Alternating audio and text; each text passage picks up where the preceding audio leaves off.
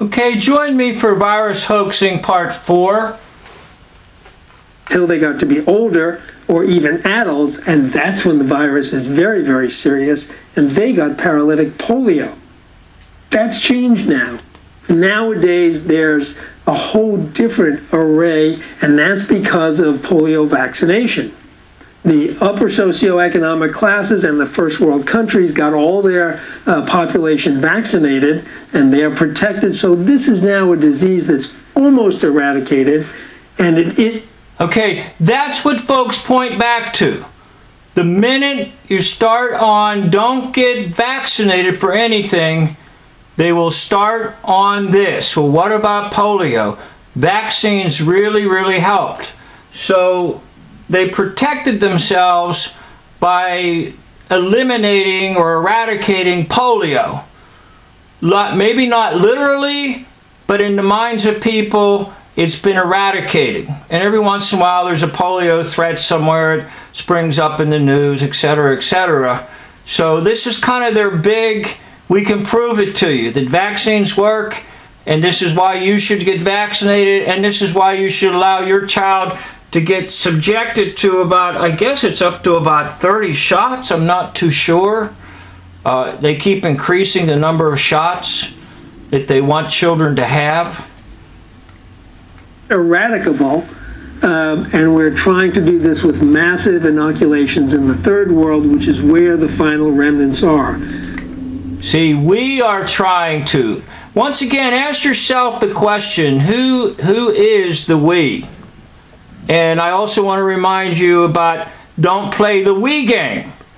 And in this case, don't accept their version of the we game. In other words, they're the experts. They know the best, and mass inoculation is exactly what we need to do. So don't play the we game, folks. Like smallpox, it should be totally eradicable based on the willpower and funding to do it. So this is one of those examples where what we used to call vitamin D, dirt, is good for you to a certain extent. It's good to let the children get exposed in their preschools to lots of the various germs, as long as they don't get too sick, so they can develop antibodies. Polio is the classic case. Now, there's always a little bit of truth somewhere in stuff what they say, and there is some truth in the fact that your natural biological system that you were born with can and will fight off things. And that is true, that we do have great capabilities. So our capabilities are often downplayed by the current medical system, and that's what you have to watch out for.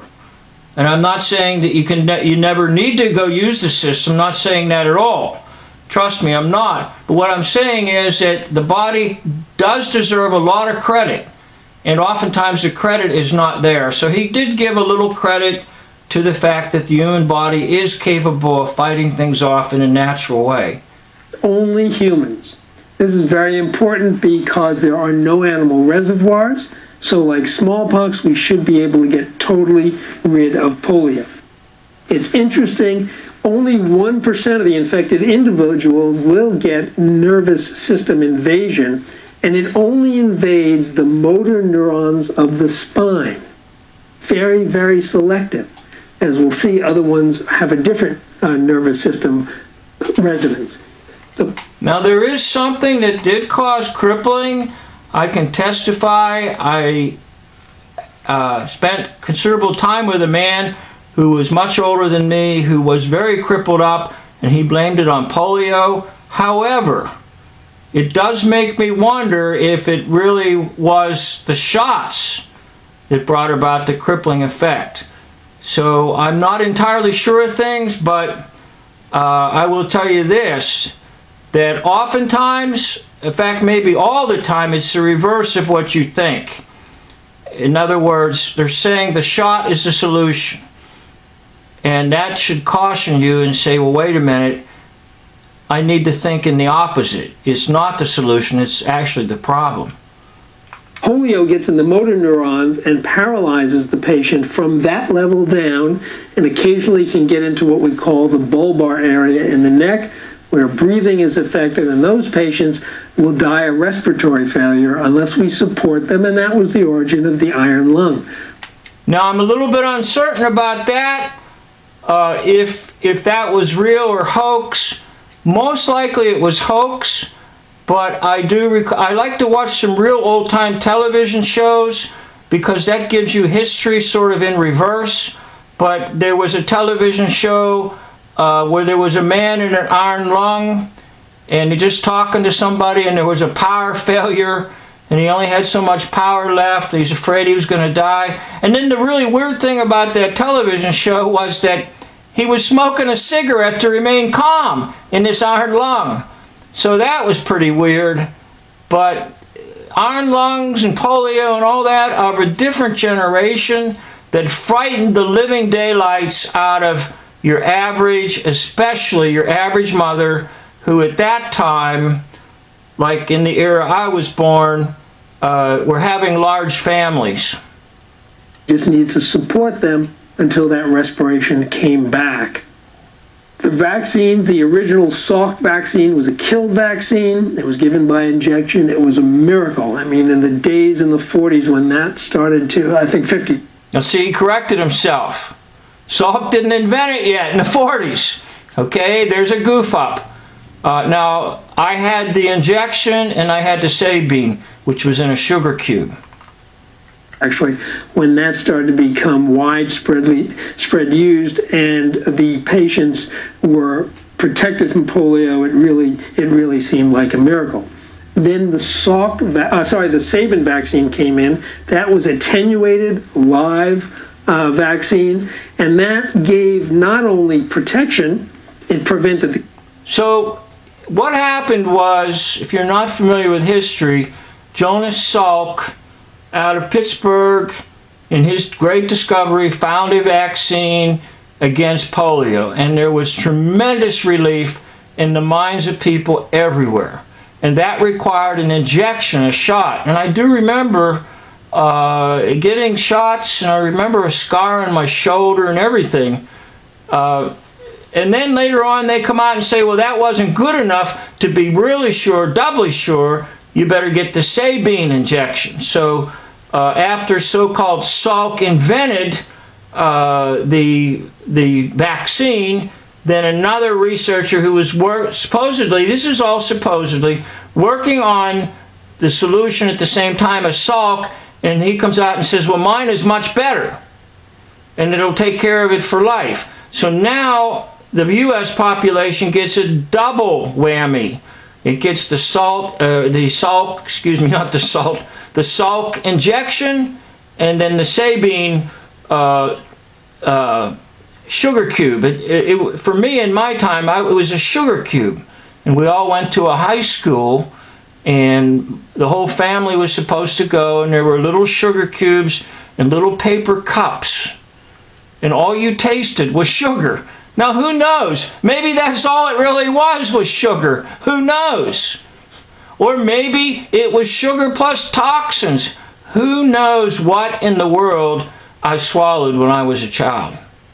Carrier state, and it gave patient-to-patient immunity because you could vaccinate somebody in a family and the children could pass it along to each other and to others, again by the oral fecal route.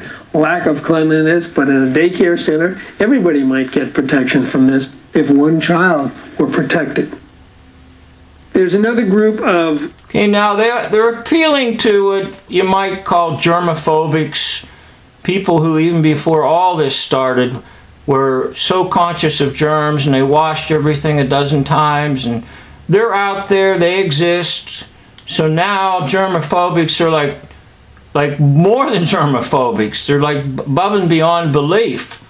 So all these hoaxes actually produce psychological, emotional reactions in people that maybe they never had before, or if they did have something, it's like 10 times worse now.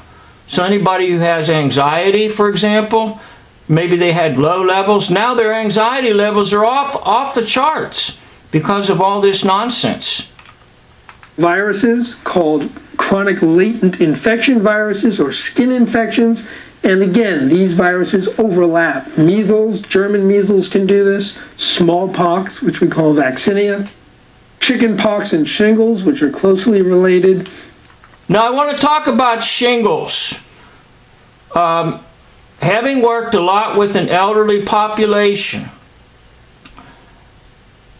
they will admit and say, I've got the shingles. And shingles are like scabs on your body, and it's supposed to be the virus that's within you re-emerging. But over and over again in this smorgasbord of shots, one of the shots is to get a shingles shot. And people think they're getting it to prevent the shingles. But I'm telling you the truth, all right? That the people that would have shingles, if you ask them, did you get a shingles shot? They'll say, oh yes, I did. And they don't connect the two, all right? And I've even heard some of them say, well, I can't get the other or the follow-up shot because I have the shingles. They want to get another one. And it's really weird because it actually is called a shingles shot. So why would you get a shot that's called the shingles shot? It's just that bad. The hoax lie system is just that bad. It has completely infiltrated the minds of people. And anyone like myself or others out there on YouTube, we are immediately dismissed as nonsense, crazy, conspiracy theorists. There's all kinds of names to assign to us. And that's, by the way, that's name calling. So once you name call somebody, you can dismiss them. And types 1 and 2 herpes, both oral and genital herpes. Now, herpes simplex virus is a DNA virus. It's a double-stranded virus and has many subgroups. HSV1 and HSV2 cause most of the infections, both oral and genital, so it's a widely spread sexually transmitted disease. The thing with this one is they produce both the acute phase, where there are sores, red blisters teeming with virus, very infectious, and then a latent infection. So these appear as the classic cold sores on the lips or on the gums, which people get recurrently.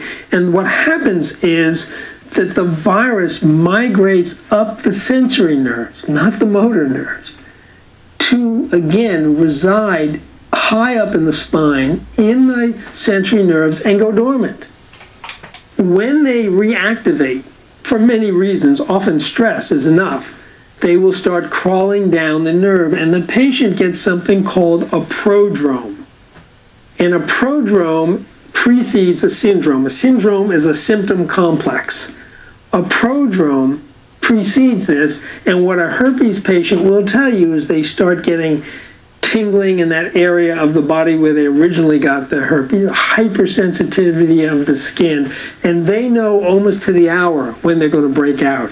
Usually it's about 24 hours, takes the virus to move down the nerve, causing inflammation, stimulating that nerve, making the brain think that it's the skin of that area that's tingling.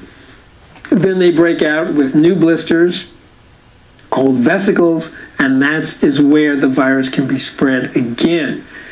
These are obviously the opposite of polio, which tend to go in the motor neurons, and the DNA resides in the nucleus of the neuron, and it hides there from the immune system by going dormant and not producing any viral proteins. So it's encapsulated not only in the neuron cell, but in the nucleus. It's hiding out, it's not producing any antigens, and the immune system is ineffective at finding it, which is why probably we've been unsuccessful in making a vaccine and why this tends to go chronic.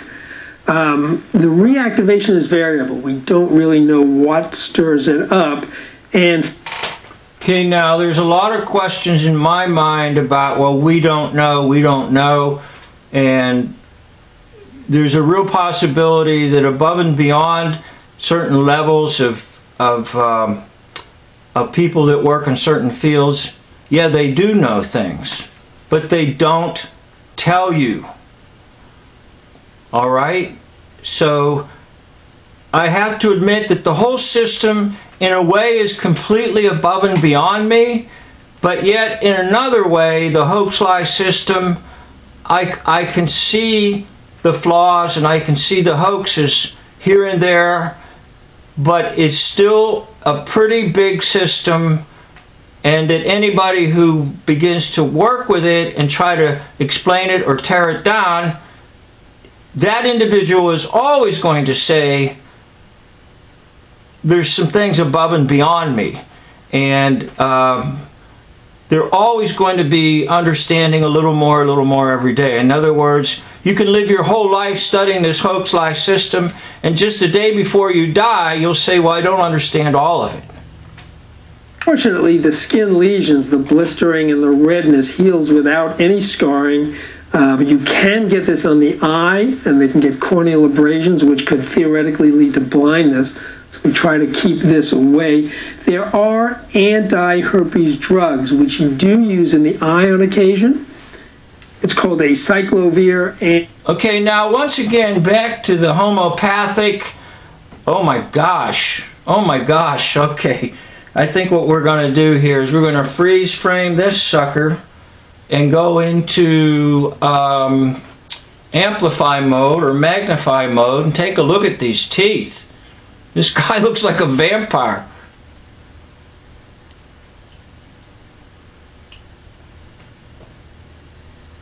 Well, there you have it. There's the teeth. What's left of them, or what type of mouthpiece he has, or what type of creature he or she is. And again, I don't have all the answers. And again, I don't fully understand the system. But I do believe that there has been crossbreeding between fallen angelic beings and humanity, as listed in the book of Genesis, chapter 6, verses 1 through 4, and that something happened long ago, and that something is reemerging and reappearing that is not too explainable in the natural realm. So this looks pretty spooky to me. It doesn't really look like real teeth.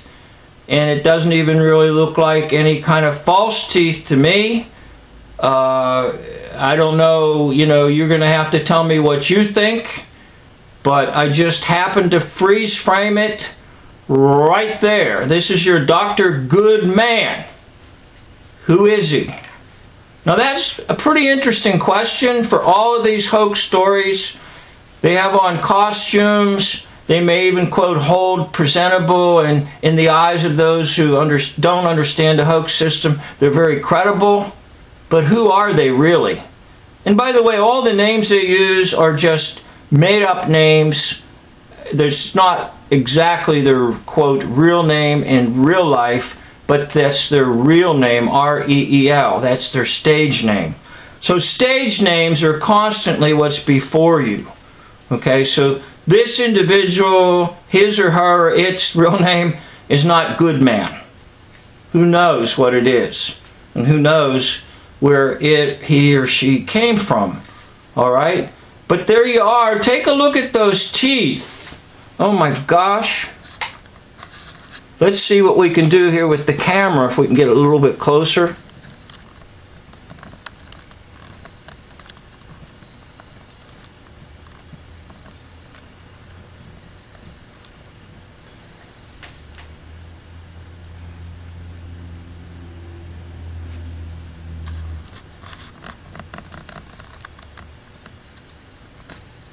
I don't know. You tell me what you think. It looks like there's gum sticking down there, not teeth. And the teeth look sort of like every other one is a tooth. And the teeth in the front look crooked. And then there's some gooey substance back in there. It looks gray and gooey-like. It's a little bit weird. to say the least. All right, what I'm going to do is go back to the video. I'm going to take it out of the magnification system. There's the one you're looking at with the ooey gooey teeth and the ooey gooey gopher guts. That was something that was kind of popular when I grew up. You have ooey gooey gopher guts. So there's the ooey gooey gopher guts and the ooey gooey teeth with the ooey gooey man or woman or neutral. All right, the ooey gooey gopher gut man who's giving you this ooey gooey garbage nonsense lies about ooey gooey viruses that mutate and jump from nation to nation very quickly aboard cruise ships and jetliners and merchant ships, and next thing they'll have is a wireless virus that is transmitted on the internet. And I don't mean the virus that messes up your computer. I mean a biological virus that now can travel the airwaves, and you better shut your computer down because this deadly virus will get you. Anyhow, so it's in my imagination, and I'm not really completely being silly because they just make things up, all right? So who knows, maybe you'll actually hear about one of those things I just described to you here in the near future. Because it sounds like it could scare people. It would really scare people to say that you can no longer use your computer or your cell phone. It is specific for the herpes group, and what it may do is, one, make an outbreak shorter duration, shorter intensity, and if patients go on it chronically, then it can prolong the intervals between outbreaks, but it does not cure the disease. People are not cured by having this drug, either long-term or... Now again, that's the purpose of the injection of drugs all the time. You just deal with symptoms. And drugs that are administered, they really, in a way, they really don't want you to get well, because you need to keep coming back to the doctor, back to the hospital, back to your local pharmacy. All right? In other words, they want repeat. Now, the old system that was in place in the 1800s and in the early 1900s wasn't quite like that. All right, it was a different system, but because of the Rockefellers and the development of medical schools and things like that, everything shifted to, quote, this type of medicine with harsh drugs. There are some central nervous system viruses. We've already talked about West Nile fever. We've talked about Hoax. St. Louis encephalitis, a whole bunch of viruses. A whole bunch of viruses, just like you get a bunch of bananas. Include meningitis and other ones that get into the brain and cause varying illnesses. Now, once again, I think it's just toxicity. It's what they inject in you that gets into the brain. That may bring on either very serious illness or death. I want to move on to something. Now look how emotional he was. Look how compassionate he was. Look how concerned he was about you when he said that. And it may bring on death. They love death. A, they love real death. Okay. B, they love hoax death. And that's basically what the hoax lie system is. It's hoax death. And as Dave Johnson says, do not false witness to death. And Dave is right on. Now, I can witness to real death. I have seen it. I have been among it. And I know folks that have experienced it. And I have seen it. Okay? What you see on a television screen are dots on a screen, some actor telling you and giving you some phony baloney statistic. All right? Now there's a difference. So Dave, you are right. Do not lie about death unless you see it with your eyes, unless you are there and you have seen this person depart. You cannot say a word about death. Not a word. Oh, I know you read it in the newspaper. And people will argue and argue and argue with you. What the newspaper said, the newscaster said. Well, let's ask a question. Did you see it? Did you literally with your eyes see this death? And I'm going to say this categorically. The answer is always going to be no. You didn't see it. You saw images on a screen. Your brain picked up words on a newspaper. You saw some pictures in a magazine, or you heard your neighbor mouth it. But you yourself were not a witness. So do not false witness to death. And these individuals false witness, and not only do they false witness at the highest levels. And they are your so-called experts that are telling you about all these so-called viruses.